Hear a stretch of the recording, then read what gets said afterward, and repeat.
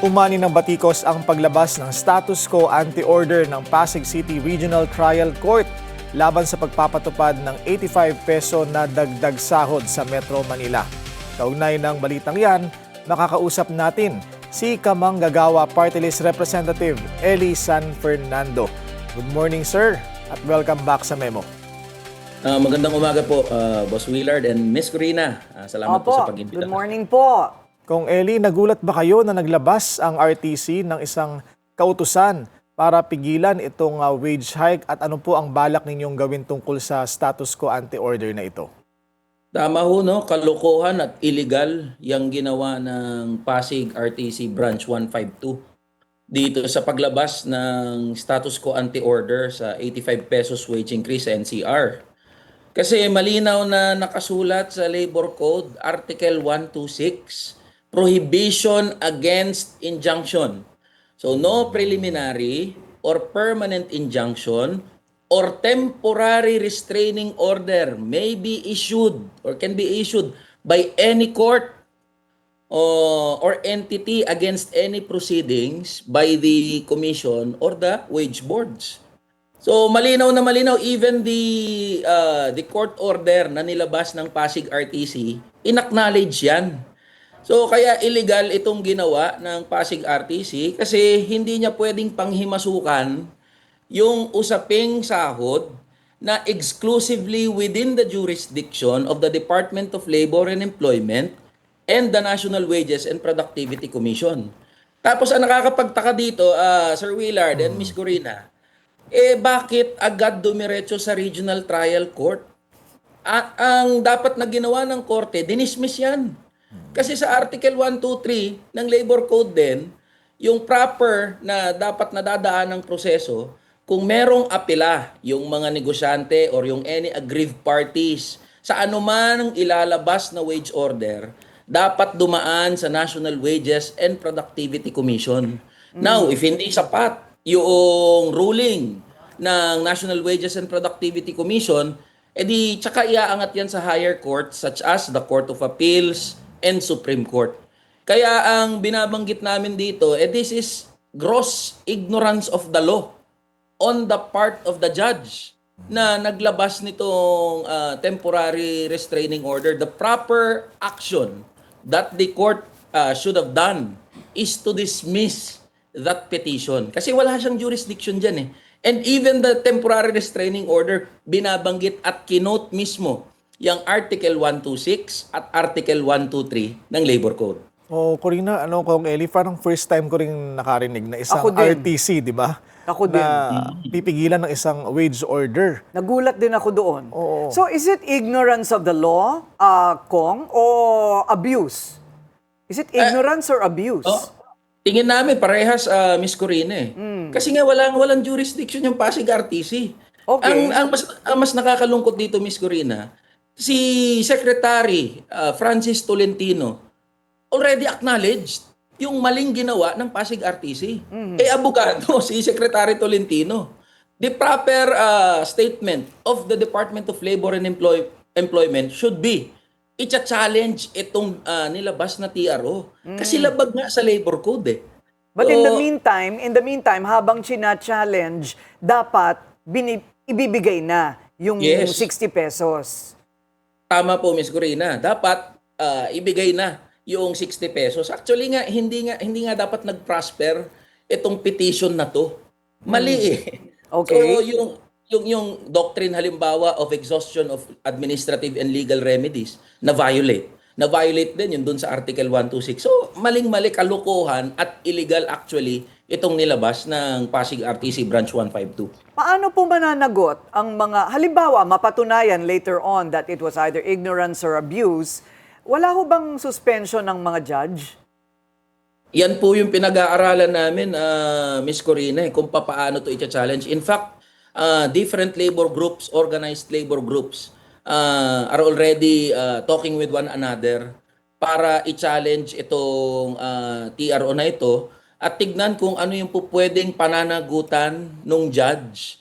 Kasi nakasulat mismo doon sa kanyang inilabas na TRO kinikilala niya yung Article 123 and Article 126. So kung kinikilala mo, bakit ka naglabas ng ganyang TRO? So tingin ko naman, eto truth be told, tingin naman ho namin hindi naman mangmang yung judge dito sa provisions of labor code. Ang hinala ho namin baka merong matinding pressure to galing sa taas kung para i-suspende itong wage order. Kasi alam niyo ho, prior to the implementation of the wage order nitong 85 pesos sa NCR, yung mga malalaking grupo ng mga negosyante and some think tanks have already saying or have already released their statement na dapat isuspende itong wage order sa NCR. And take note, Ms. Corina and Sir Willard, yung mga nag-file ng petition, yung R2 Builders, tsaka Redicon Trading Corporation, mga malalaking negosyante yan. So bakit agad na pagbigyan? Correct. It's a question para sa So amin. yun ang ibig nyo sabihin. Akala ko naman you meant Malacanang. Ang Hindi. ibig po ninyo Kasama sabihin, rin po. Opo, yung sinasabi po ninyo, may pressure galing sa taas, yung mga malalaking kumpanya. Both sa malalaking kumpanya, Ma'am Corina, pati sa Malacanang. We all know that the executive secretary and the economic managers are firmly opposed to any wage hike. Ganun po ba tingin- yun? Oo. Yeah. So tingin ho namin merong politics at play dito kasi it would be for a judge. I know that judge is learned at talagang alam niya yung provisions sa labor code.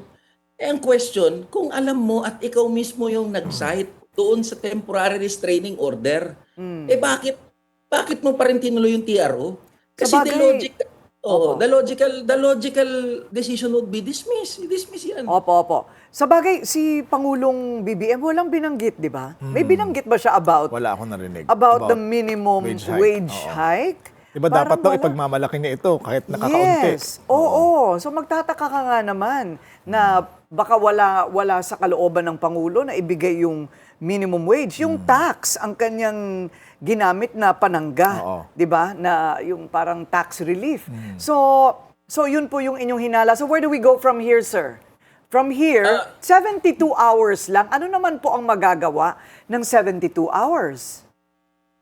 Siyempre, malaking tipid yan doon sa mga malalaking negosyante. Ganun Para pala yun. hindi kasi nila ibig sabihin hindi nila ipapatupad yung wage order. Pero ito po, kapag ito po'y nabaligtad, halimbawa, the legal process happens, ito ba'y magiging retroactive sa mga manggagawa?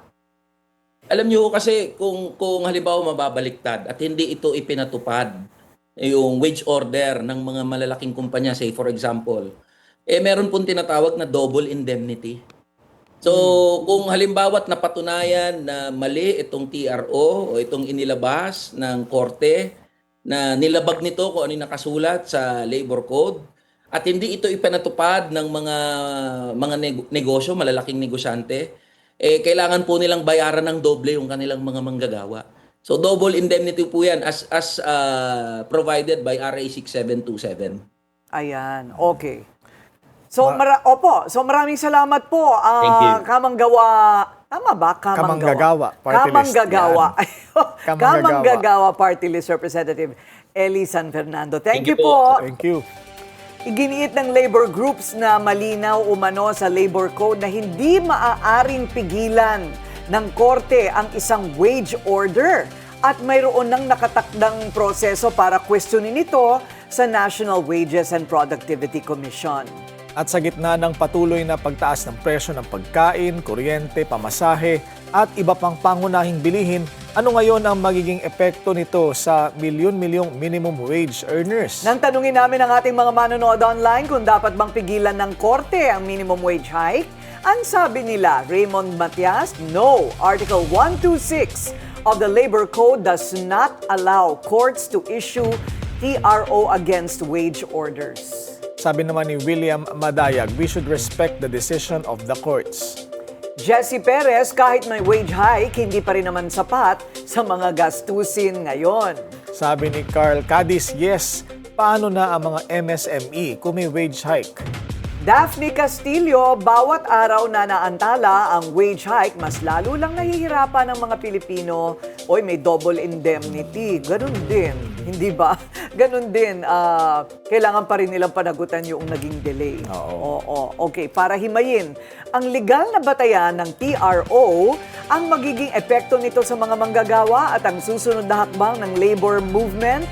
Kasama natin via Zoom Attorney Sunny Matula, Pangulo ng Federation of Free Workers at Chairperson ng Nagkaisa Labor Coalition. Good morning, Attorney Sunny. Hi ma'am, magandang umaga po. Opo. Good Narinig ba ko? Ay, good morning, Attorney Sunny. Si Willard po ito. Unang-una, Hi Willard, at long Ma'am time Corina, kumusta kayo? no see. Opo, unang-una, ano po ang reaksyon ninyo sa naging desisyon na ito ng Pasig RTC na maglabas ng status quo ante-order laban doon sa pinakahuling wage order? Nadismayo po kami at biglang mayroong extraordinary thing na nangyari.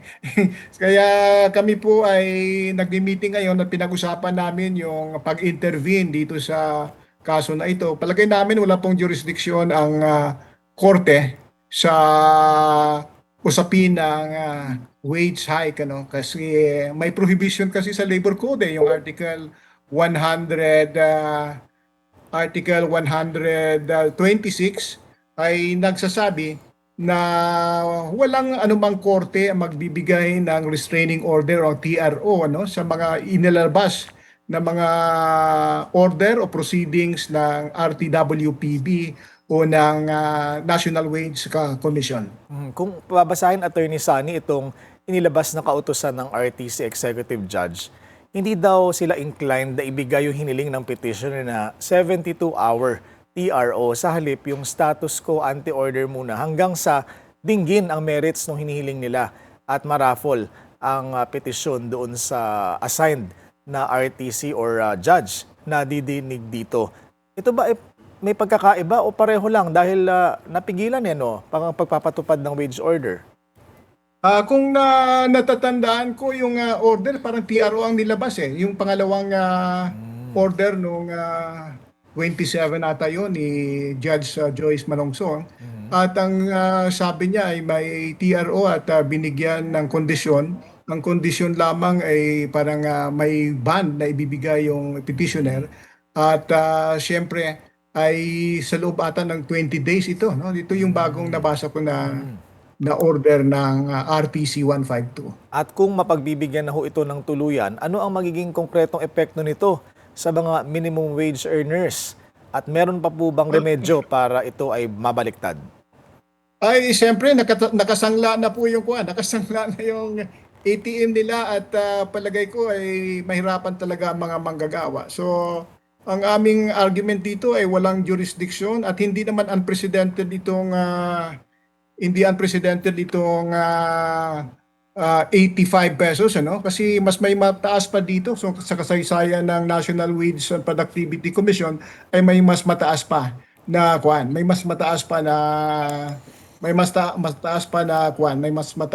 pagtaas, ano? Halimbawa noong 1989, ang taas sahod noon ay 25 pesos, dagdag sa 64.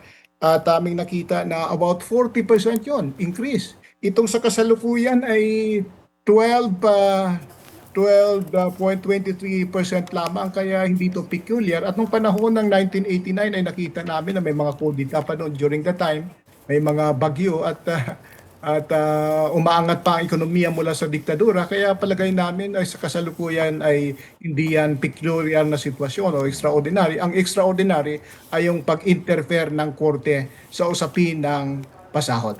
So ano po ang aasahan po natin na, established na hindi dapat nila ginawa yon? Ano po ang inyong balak gawin? Palagay ko ay we urge the Secretary of Labor to file a motion na i-left yung TRO sapagkat walang jurisdiction ang korte. At kung hindi man ay mag-i-intervene kami bilang mga manggagawa para i-convince ang korte na i-dismiss yung petition for declaratory relief.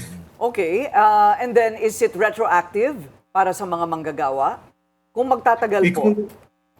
Kung walang jurisdiction ang korte, ibig sabihin, ay from the start ay walang epekto yung kanyang TRO at dapat ay ibalik sa manggagawa from the start. Ayun, okay. Para po sa inyo, kayo ba ay a-action din kung sakaling ang banta ng mga negosyante na tataasan naman ang presyo ng mga bilihin ay mangyayari?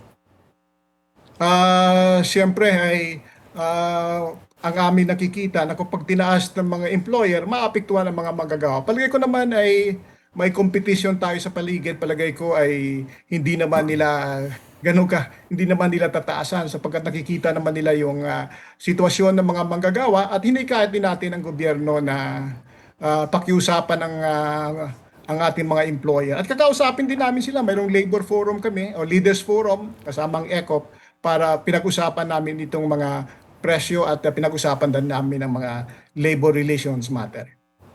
Maraming Okay. salamat po sa inyo, Attorney Sonny Matula sa panahon. Maraming salamat po at mabuhay po kayo, ma'am at sir. Alamin naman po natin ang komento ng ating mga manonood online para malaman kung dapat bang pigilan ng korte ang minimum wage hike. Ang sabi nila, Zoe Lopez, sa hirap ng panahon, pipigilan pa nila yan? Sabi naman ni Arvin Francisco, oo.